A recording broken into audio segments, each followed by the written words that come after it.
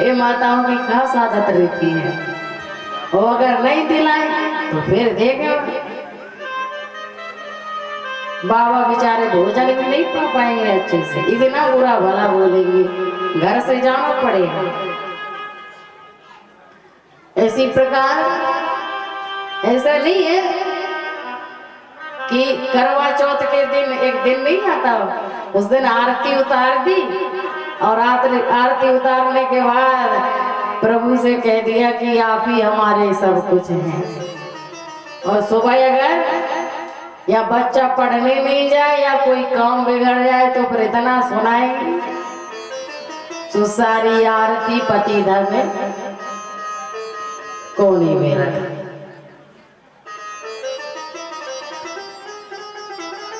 यहाँ की माताएं नहीं, यहाँ की तो बहुत अच्छी है। आप तो बहुत अच्छी हैं, हम तो कहीं और की बात कर रहे हैं। देखा है कुछ तो ऐसी होती हैं, अगर पति के पास पैसा है ना तब तक रहेंगी, और अगर पैसा नहीं है तो कहेंगी धन लाओ, और नहीं तो चाहे कुछ भी हो जाए कहीं से भी कमा के लाओ। और ज्यादा अगर बेचारे कमा नहीं सकते ना तो वहां से उनको छोड़ के चली जाएगी। अब एक बार की बात, अमेरिका स्वामी विवेकानंद जी गए। नाम सुना होगा स्वामी विवेकानंद जी। स्वामी विवेकानंद जी अमेरिका गए। अमेरिका गए तो अमेरिका में एक माता है, चलते हुए जैसे जब जाते हैं तो एक माता को देखा, और माता एक मरे हुए जिनके प्राण निकल गए, जो खत्म हो गए, वो माता अपने पति को हवा कर रही। स्वामी विवेकानंद जी ने देखा और देखकर विचार किया। मुझे लगता था कि हमारे भारत की नारी महान है, अमेरिका में भी ऐसे लोग हैं कि जो मरने के बाद भी हवा करते हैं, ऐसी पत्नियां हैं कि जो मरने के बाद मुर्दे को हवा कर रही है। हमें लगता है कि हमारे भारत से भी ज्यादा भारत की नारी ही पति धर्म अच्छा नहीं निभा पाती शायद। यहाँ की माताएं बहुत अच्छा पति धर्म निभाती है। देखो हमारी भारत की माताएं तो जब तक जिंदा रहती तब तक सेवा करती, यहाँ तो मरने के बाद भी मुर्दे को हवा हो रही है। स्वामी विवेकानंद जी देखते हैं, और स्वामी विवेकानंद जी ने देखा और देखते माता के पास जाते हैं। माता के पास गए और माता से कहा, हे देवी, मैं आपको बारंबार प्रणाम करता हूँ, ऐसी महान शक्ति को। आपके पति के प्राण निकल गए, फिर भी आप अपने पति की सेवा कर रही हैं, हवा कर रही हैं। स्वामी विवेकानंद जी से पत्नी ने कहा, वो माता ने जवाब दिया, कहने लगी, महाराज, बोले हवा नहीं कर रहे हम इन्हें। तो बोले क्या कर रही हो? बोले इन्हें हवा नहीं कर रहे, हमारे घर का एक नियम है कि जब पति का शरीर सूख जाए तब दूसरा पति कर पाते हैं। हमारे घर का एक नियम है, बोले महाराज, अगर पति मर जाए तो पति को हवा करते हैं, और हवा करते करते अगर पति सूख जाए ना तब दूसरा पति कर पाती है, तब विवाह दूसरा होता है। स्वामी विवेकानंद ने सोच कर विचार किया, हे राम, इससे अच्छा तो हमारे देश की नारी महान है। तो कुछ माताएं ऐसी भी होती हैं, पर यहाँ की बहुत अच्छी है। ऐसे ही नहीं बोल रहे, सच में बोल रहे हैं। 7 दिन से कथा, अब आज 6वां दिन है तो 6 दिन से देख रहे हैं तो बहुत अच्छी है। आगे का मालूम नहीं। बोली बाकी में हरिलाल की। आज इसी प्रकार वह माता अपने पति की सेवा करती हैं और माता के पति की नींद गोदी में लग जाती है, सो जाते हैं। विचार किया, अगर पति को आधी नींद में जागृत कर दूंगी, उनको जगा दूंगी, तो मेरा पति धर्म टूट जाएगा। अगर बेटे को बचाऊंगी तो पति धर्म टूट जाएगा, और पति धर्म बचाऊंगी तो बेटा मर जाएगा, प्राणों को दूंगी। मैया रोती है, और रोती किस प्रकार है, आवाज ना निकले, कहीं आवाज निकल गई तो मेरे पति के कानों तक पहुंच जाएगी और मेरे पति जागृत हो जाएंगे, उस नींद से जग जाएंगे ना, तो उनकी नींद पूरी नहीं हो पाएगी।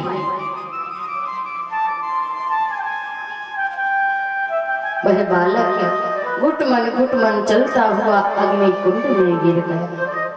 अग्नि कुंड में गिरा और माता जोड़ जोड़ से रोती है, पर आवाज नहीं आती।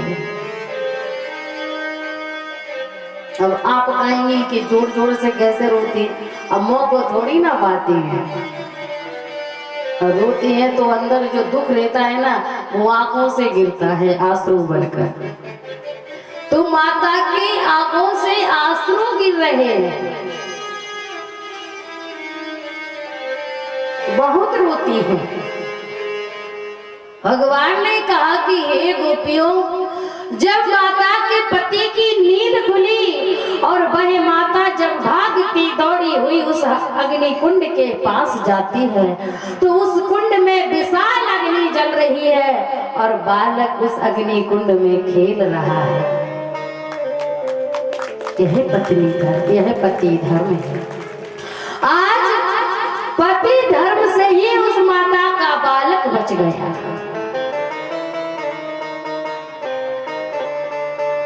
हे गोपियों, इसलिए जाइए और अपने पतियों की सेवा करना, अपने सास ससुर की सेवा करना, यही आपका परम धर्म है। गोपियों ने कहा, कन्हैया आपकी पूरी बात हो गई? बोले हाँ।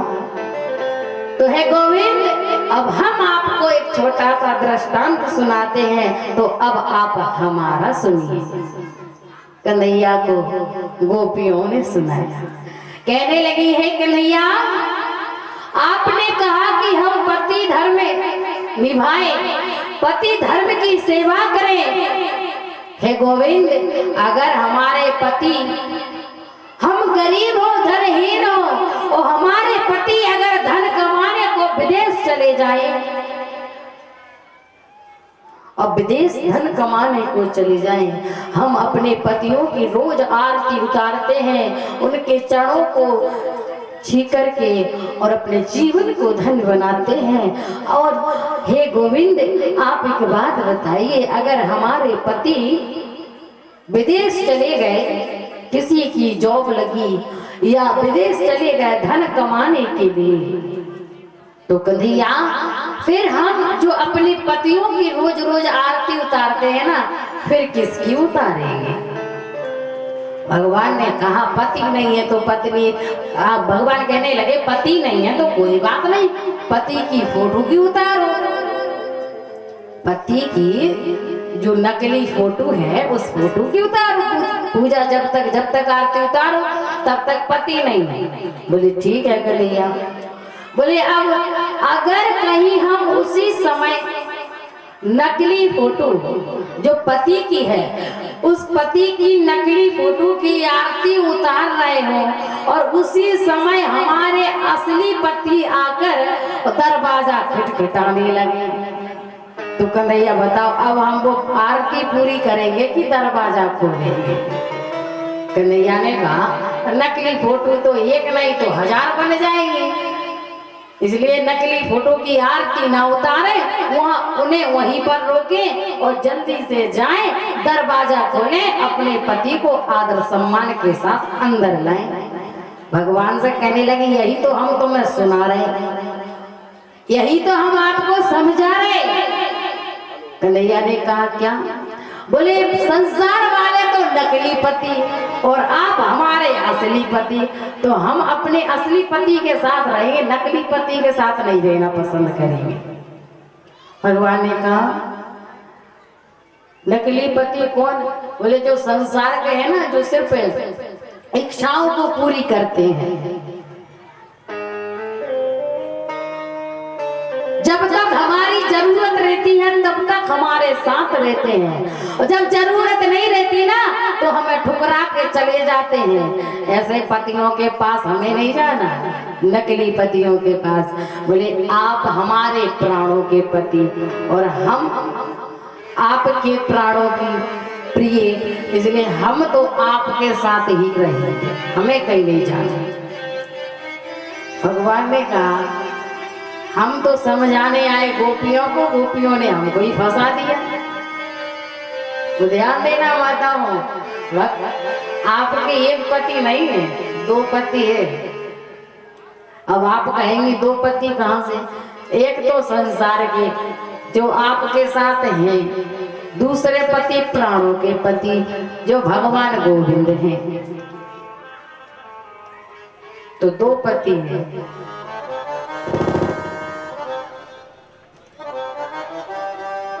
कहा कि हम तो आपके साथ चलेंगे। भगवान ने कहा हे गोपियों, अभी तो आप अपने पतियों के पास जाओ, संसार वाले आपको बुरा भला कहेंगे। आज कहने लगे हे कन्हैया, हम आपके साथ रहेंगे, हमें कहीं नहीं जाना।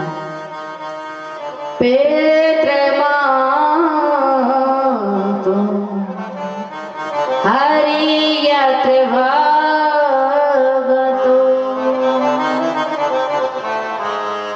दहि अविनाश जीवे। हे हरि, आप अविनाशी हैं, आप हमारे प्रभु हैं, आप हमारे पति हैं।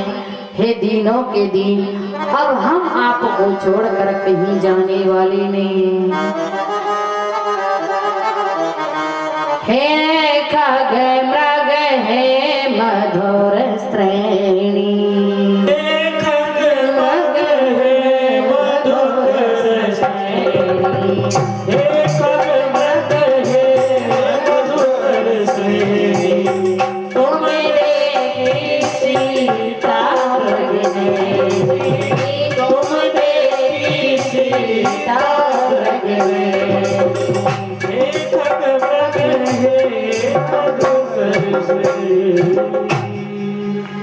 कहने लगे आप मेरे पास आ गई हो, जानती हो आपके जो संसार के पति है ना, वो आपको खोज रहे होंगे, कहाँ गई हो।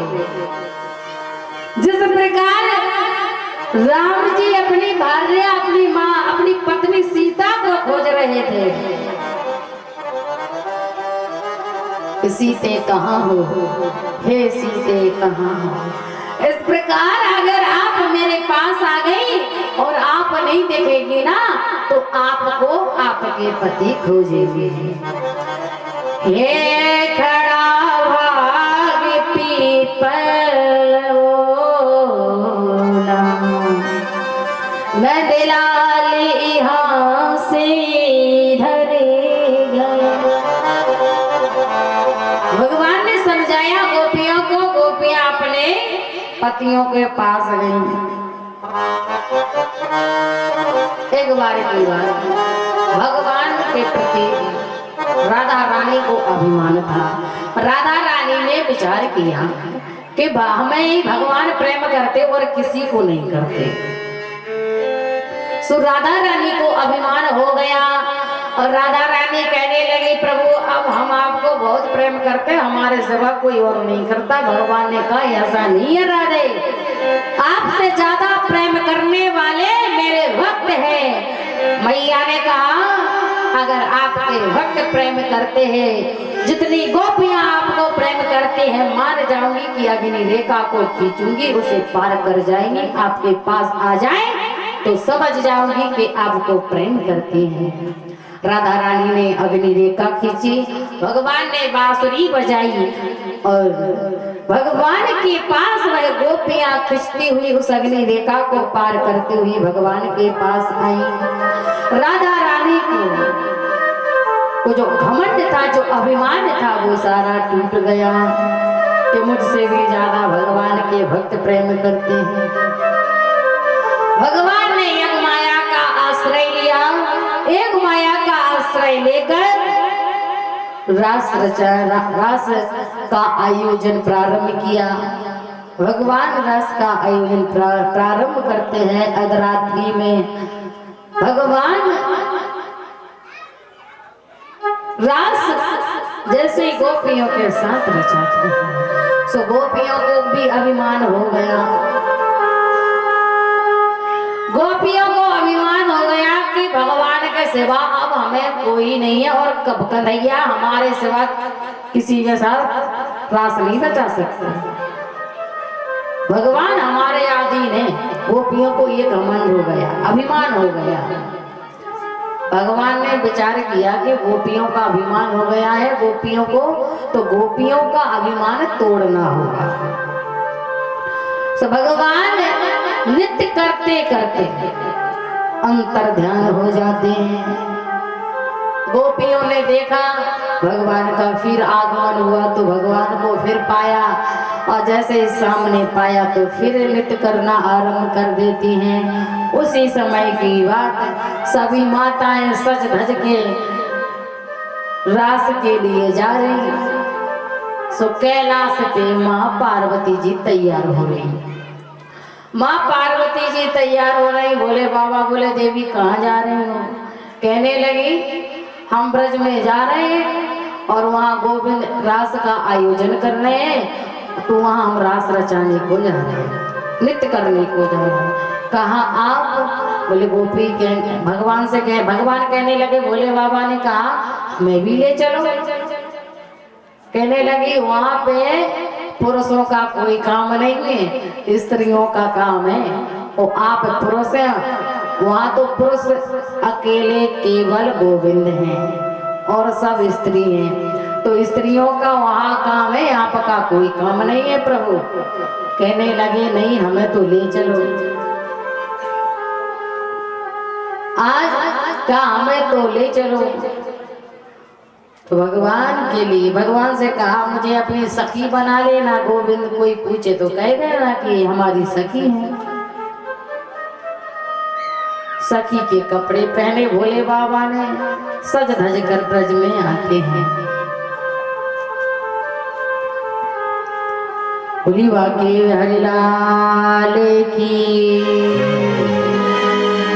एक दिन वो भोले भंडारी बन कर के ब्रज नारी वृंदावन